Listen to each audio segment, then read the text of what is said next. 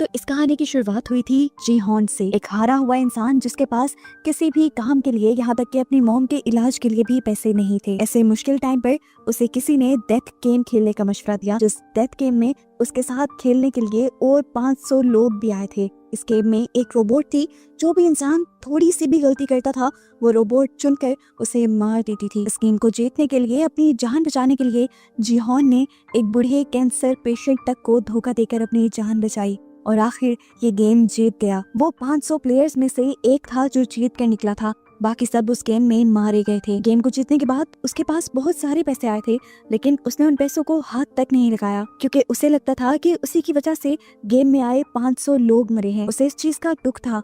जीहॉन को एक घिनौनी सच्चाई पता चली कि अमीर लोग सिर्फ अपनी इंटरटेनमेंट के लिए ऐसे लोगों की जान ले लेते थे, ऐसे गेम्स खिलाते थे और उनसे मजा लेते थे। उसने ठान लिया कि वो इस गेम को बंद करवा कर रहेगा। इसके बाद हम मिले जुनहो से, एक पुलिस ऑफिसर जिसका भाई भाग चुका था। अपने भाई को ढूंढते हुए जुनहो को अपने भाई के रूम से स्क्विड गेम का ही कार्ड मिला था। इस गेम में होने वाले जुल्म का पता चला कि कैसे गेम में हारने वाले लोगों को बेदर्दी से मार दिया जाता है और जो पहली गोली मारने पर जिंदा बच जाता है उसके ऑर्गन्स निकाल कर बेच दिए जाते हैं। जुनहो पकड़ा भी गया, वो भी फ्रंटमैन के हाथों, जो ये स्क्विड गेम चला रहा है। और यहाँ जुनहो के साथ साथ ऑडियंस को ये देखकर बहुत ज्यादा हैरानी हुई कि फ्रंटमैन और कोई नहीं बल्कि जुनहो का भाई था, जिसे ढूंढने के लिए वो इस आइलैंड पे सीजन 2 में जीहॉन, जो कि स्क्विड गेम का विनर था, दोबारा उसे दिखाया गया। वो समझ गया कि ये लोग इस घिनौने खेल को दोबारा से खेलने वाले हैं, जिसमें लोग मारे जाएंगे, और ऐसा वो अब होने देना नहीं चाहता। इसीलिए वो अपना सारा पैसा और पावर अब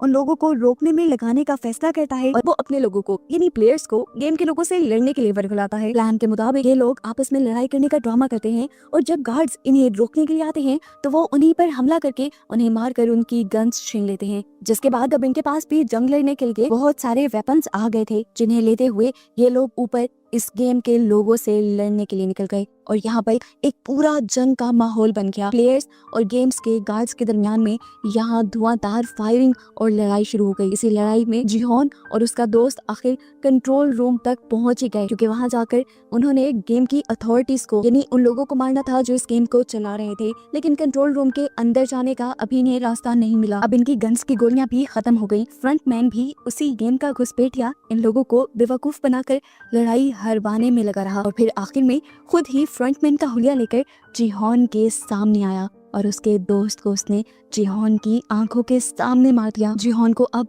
सच में अपनी हार महसूस हो रही थी और इसी हार के साथ सीजन 2 की एंडिंग हुई थी। सीजन 3 की शुरुआत इसी लड़ाई से होती है और पता चलता है कि प्लेयर्स इन्हीं गेम के लोगों को